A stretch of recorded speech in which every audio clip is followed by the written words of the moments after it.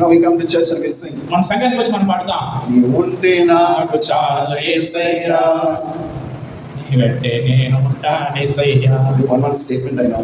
ఒక్క తెలుసు. What do we say? మనం ఏమని చెప్పాము? If I have Jesus more than that. నాకు యేసయ్య ఉంటే చాలండి. Don't want gold, don't want silver, don't want land, don't want this, don't want that, everything good.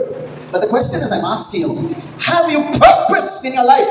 I will not sin against God because sin separates me from God, and therefore I want God more than anything in my life. I will not sin against God. Have you purposed like David in his life?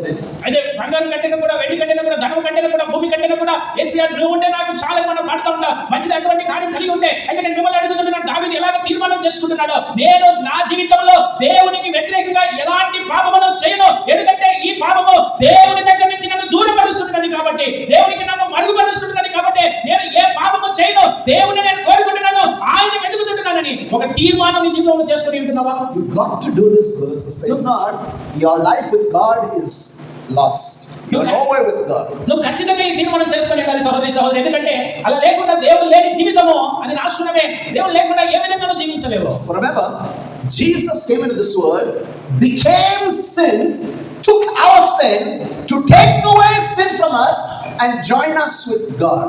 యేసయ్య ఈ లోకానికి వచ్చాడు, ఆయన పాపముగా చేయబడ్డాడు, మన పాపములను ఆయన భరించాడు, మన పాపములను ఆయన తీసుకొని మనల్ని ఏం చేశాడంటే దేవునితో సమాధానపరిచాడు. ఆయన God takes away our sin because sin separates us from God. So Jesus became sin to take away that which separates us from God and united us with God. దేవుడు పాపాన్ని మన జీవితంలో నుంచి తీసివేస్తాడు, ఎందుకంటే పాపము దేవుని దగ్గర నుంచి మనల్ని దూరపరుస్తున్నది, వేరుపరుస్తున్నది. కాబట్టి ఆ అడ్డుగా ఉన్నటువంటి పాపాన్ని దేవుడు తీసివేసి ఆయన మళ్ళీ దేవునితో కూడా ఐక్యపరిచాడు, సమాధానపరిచాడు.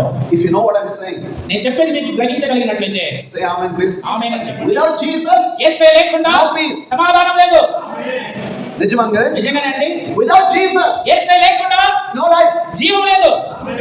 Without Jesus, యేసయ్య లేకుండా no eternal life. నిత్య జీవం లేదు. Without Jesus, యేసయ్య లేకుండా no salvation. రక్షణ లేదు. Without Jesus, యేసయ్య లేకుండా no righteousness. నీతి లేదు. Without Jesus, యేసయ్య లేకుండా no resurrection. పునరుత్థానం లేదు.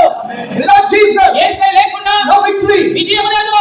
Without Jesus, యేసయ్య లేకుండా no protection. కాపుదల లేదు. Without Jesus, యేసయ్య లేకుండా the wrath of God will be upon us. దేవుని యొక్క ఉగ్రత మన మీద ఉంటుంది. Can you see? మీరు చూడగలుగుతున్నారా? And what separates you and me from God? నిన్ను నన్ను దేవుని దగ్గర నుంచి ఏది వేరుపరుస్తుంటున్నది? Papa. పాపము.